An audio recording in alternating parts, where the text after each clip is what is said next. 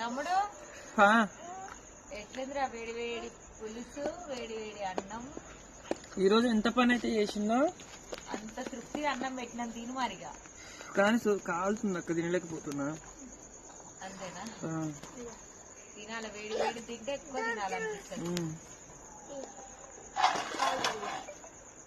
first time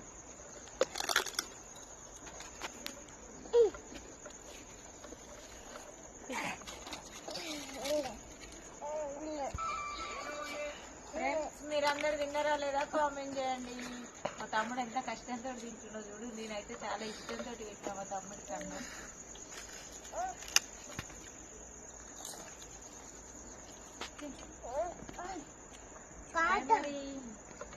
ఇది ఒకటి